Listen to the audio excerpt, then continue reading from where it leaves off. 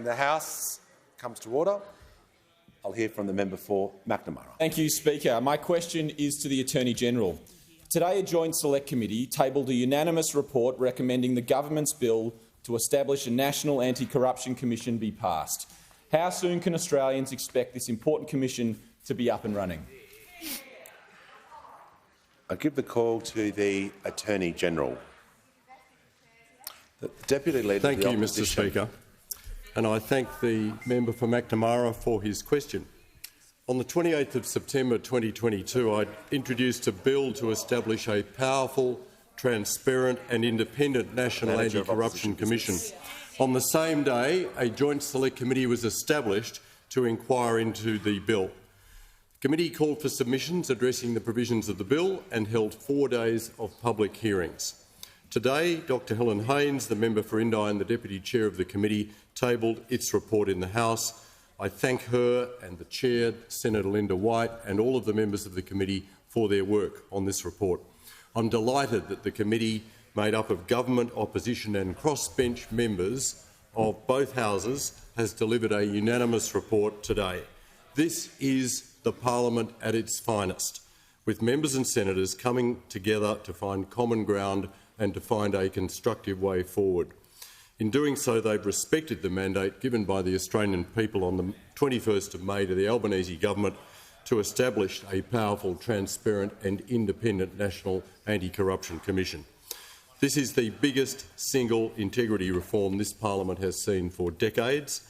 It is a key pillar in this government's plan to restore integrity, honesty and accountability to government. We will deliver on this key election commitment. Unlike the former government, which pledged to deliver a National Anti-Corruption Commission in December of 2018 and never delivered on that commitment, we are going to get this done. The government will now carefully consider this report and its recommendations ahead of the resumption of debate on the NACC bill in the next session of parliament. We're determined to pass this legislation by year's end and have the Commission up and running by mid-2023. I call on all members of both the houses to engage constructively as this legislation works its way through the parliament. Multipartisan support is the best way to ensure the long-term success of this body.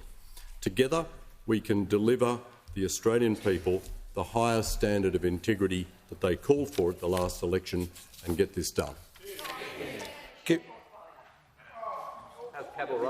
The Deputy Leader of the Opposition will cease those interjections.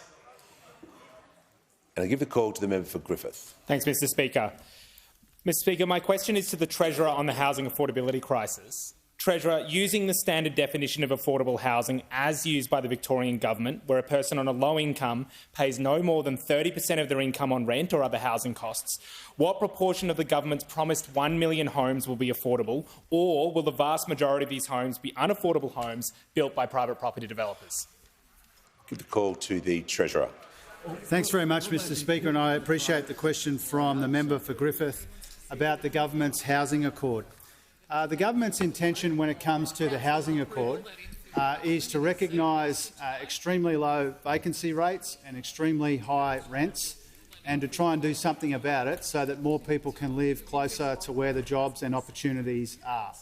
And so what we've done, as the member is aware, is we've brought together state and territory governments and local governments, the building industry, the super sector and other institutional investors to sign up to a target of affordable homes to be built, 1 million from 2024 to 2029, in the hope that by bringing people together and by providing an element of government co-investment, we can subsidise the rents, the rental returns for the builders, the community housing providers and the super funds to take something which is not appealing enough to investors, to make it a bit more appealing, but most importantly of all, to build more housing stock. As the member is aware, and I've heard the member talk about this on a number of occasions, we do have a problem in this country when it comes to the supply of affordable rental properties.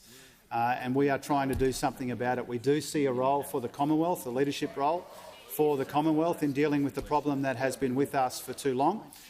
That's what the Housing Accord is all about, building more affordable properties, and that's what we intend to do.